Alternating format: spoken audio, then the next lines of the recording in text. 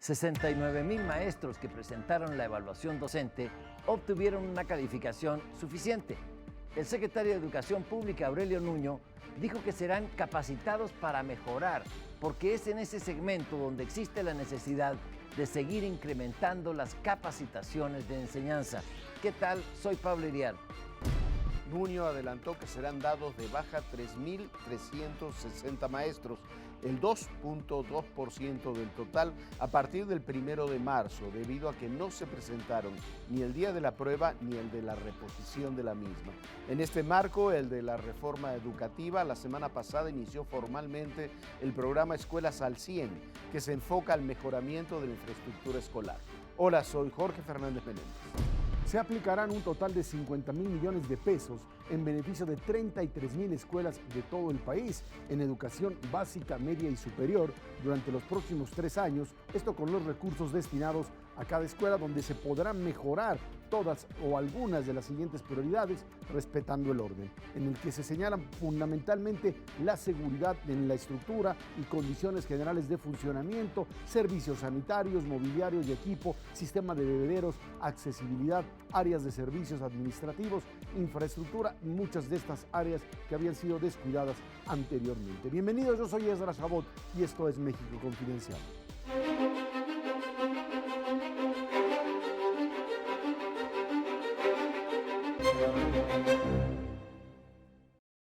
La reforma educativa, pues ya echada a andar, ha generado en los últimos días 2 eventos importantes. Uno, el proyecto Escuelas al 100, la posibilidad real de invertir en infraestructura, ahora sí, ya sin tener a los gobernadores como aquellos que ejecuten los proyectos. Y por otro lado, lo que fue presentado el día de ayer, esta evaluación finalmente de los maestros, aquellos que de alguna manera se han comprometido ya con la propia reforma, han sido evaluados, algunos de ellos pues simplemente fuera del sistema porque no son maestros o no lo eran, nunca lo fueron, otros que de alguna forma pues están en proceso de ser capacitados y a partir de ello presentarse con capacidades precisamente bastante bien armadas ante el salón de clase, y aquellos que pues siguen siendo el ejemplo, la excelencia académica. Ahí están, Pablo, Jorge, lo que pues es claro, ¿no? La verdad es que la evaluación de maestros me parece a mí que más allá de pues aquellos que dicen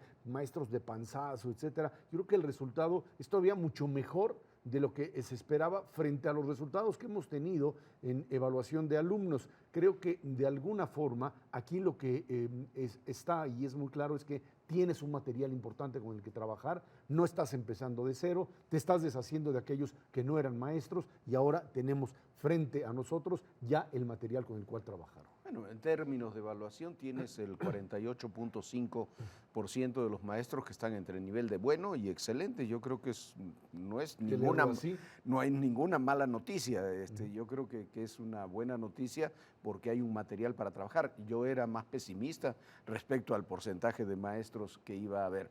Y respecto a todo el programa de la reforma educativa, hay, además de Escuela al 100, además de la evaluación, un paso anterior que fue de la reforma administrativa de las escuelas, que creo que también es muy importante para desligar lo administrativo de lo pedagógico en las escuelas, para que haya personal que se encargue particularmente de eso. Y vendrá un cuarto paso que es fundamental, que se dará a conocer próximamente, que es el de los nuevos planes de estudio. ¿Por qué? Porque la verdad los planes de estudio están mal. Los libros de texto gratuito, hay que leer el libro de Francisco Martín Moreno, se puede estar de acuerdo o no en algunos puntos con él, pero es demoledor respecto a los libros de texto gratuito de 4º y 5º grado de historia, y es porque están muy mal hechos, hay que cambiar. Me parece, platicando incluso con el secretario Nuño, que esos son los cuatro puntos fundamentales sobre los cuales tiene que comenzar a correr la reforma educativa. Sí, yo veo con estos anuncios, con estos resultados, una reforma educativa ya en marcha, que ya camina.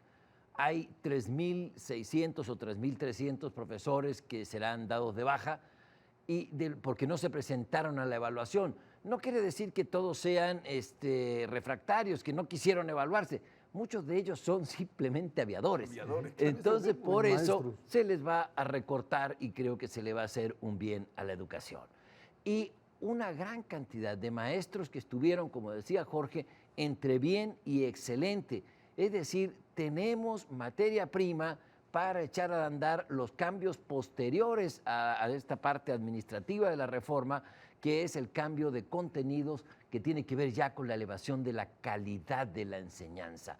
Y me da mucho gusto que haya 20,000 maestros entre enseñanza básica, media superior y directivos que se tengan que capacitar.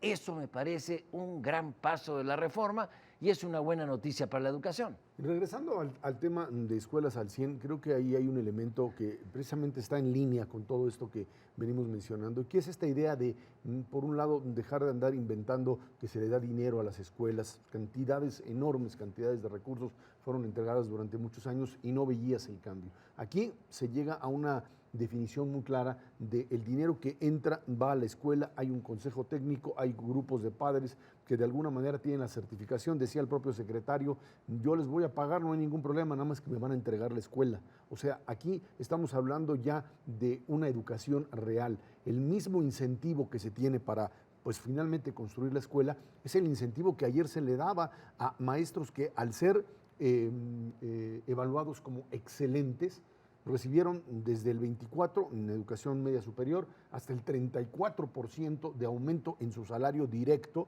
por ser evaluados en ese nivel. Y creo que esto es importantísimo. Reciben créditos del ISSSTE sin tener que entrar en ningún tipo de sorteo, incentivos y plazas, por supuesto, ya permanentes, que de alguna forma te hacen real la carrera magisterial. Y esto es reforma educativa y esto te transforma. Y el de Escuela al 100 también es una parte fundamental en este mismo mecanismo. Me tocó estar en Miahuatlán, en Oaxaca, cuando se lanzó este programa. Y bueno, en una escuela de la sección 22, hasta ese día, y no hablemos de meses anteriores, ninguna autoridad podía entrar a la escuela, ni local, ni federal, nadie. Los únicos que podían entrar eran los maestros. Incluso los padres de familia eran un poco alejados también de la escuela porque el control de la escuela lo tenían los maestros. Cuando se llegó con este programa, con esta propuesta, a esa escuela Emiliano Zapata en Miahuatlán le tocaban 2 millones de pesos. 2 millones de pesos para una escuela. No es una de las peores escuelas que uno ha visto, es una escuela relativamente digna en un lugar como Miahuatlán. Es una enorme cantidad de dinero.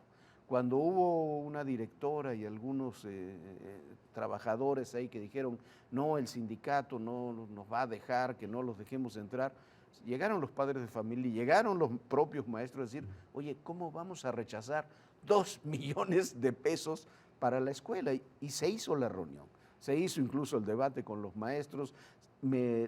Cuando toman protestas en el comité de vigilancia los padres, es un momento muy emotivo porque tú ves el compromiso de los padres de decir, sí, nosotros vamos a controlar ese dinero para la escuela de nuestros hijos. Y yo creo que es un círculo virtuoso que se tiene que seguir alimentando. Sí, resultó ser la reforma educativa la de un contenido más hondo, la que ha calado más hondo en nuestra vida cotidiana y en la praxis de millones y millones de niños y alumnos.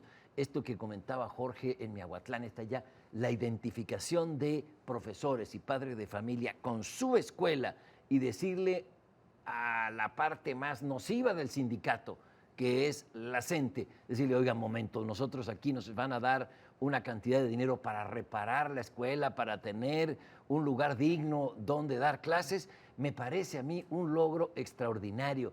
Existía una falta de compromiso con la escuela, existía falta de compromiso con la calidad de la enseñanza, que se iba todo a actividades sindicales y a tomas de carreteras, como vimos algunas aisladas el día de ayer en Oaxaca, en protesta precisamente por esta evaluación que en buena hora llegó. Es que lo que de alguna manera se logró con esta reforma educativa es rescatar ese espacio, un espacio que en el modelo revolucionario supuestamente el Estado recuperaba en su momento, decían, el poder de la Iglesia y que el Estado hacía a un lado a los padres porque ellos no sabían lo que la patria necesitaba, y esto terminó de alguna forma no solamente no en manos del Estado, sino en manos de una estructura sindical que terminó simplemente por no dar educación y por convertir a la educación, entre comillas, en un instrumento de control político. Hoy se regresa a la sociedad. Pero también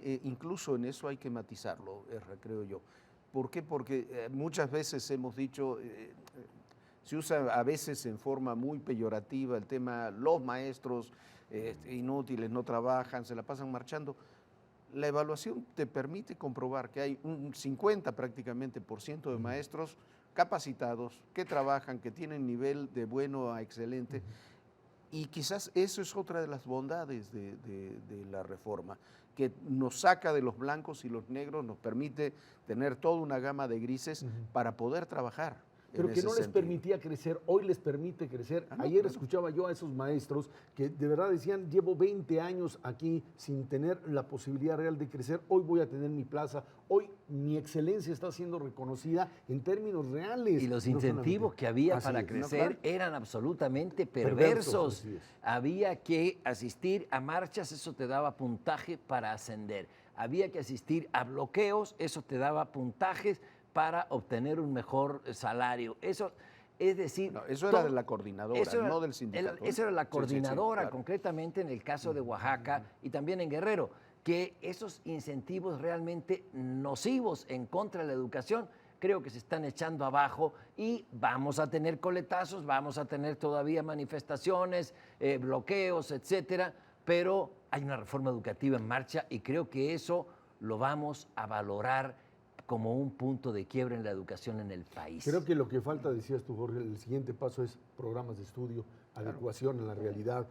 Que se presentarán pronto. Que sean productivos, que tengan la posibilidad de que el joven que estudia sepa que puede llegar a tener un empleo de esto, que finalmente la educación, eso es lo que tiene que ser, vehículo de ascenso social y no solamente el venir a obtener un papel que no le sirva para nada, ¿no? Para el próximo año lectivo, tengo entendido, ya estarán los nuevos programas de estudio, algunos materiales nuevos también que han sido reemplazados, incluso nuevos respecto a algunos que se habían presentado anteriormente en esta misma administración. ¿Por qué? Porque no se puede trabajar si no tienes precisamente los contenidos adecuados para los alumnos. Sí, teníamos un sistema, todavía lo tenemos, un sistema educativo que es un círculo vicioso porque retroalimenta la pobreza y la marginación. Estamos educando a niños para ser mandados, para obedecer y para dedicarse a la informalidad. Ahora de lo que se trata es mejorar la calidad de la enseñanza y para eso falta mucho, ¿eh? Esto de las evaluaciones de los profesores es un enorme paso, un gran paso,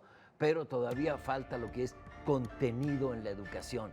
Dejar de enseñar cosas que no sirven, que son inútiles y que además vienen mal, como los libros de texto, y comenzar a prepararlos para la vida en donde hay que competir y hay que hacerse un lugar. Ya nos termina el tiempo. Muchísimas gracias, Jorge Pablo. Gracias a usted que estuvo aquí en México Confidencial.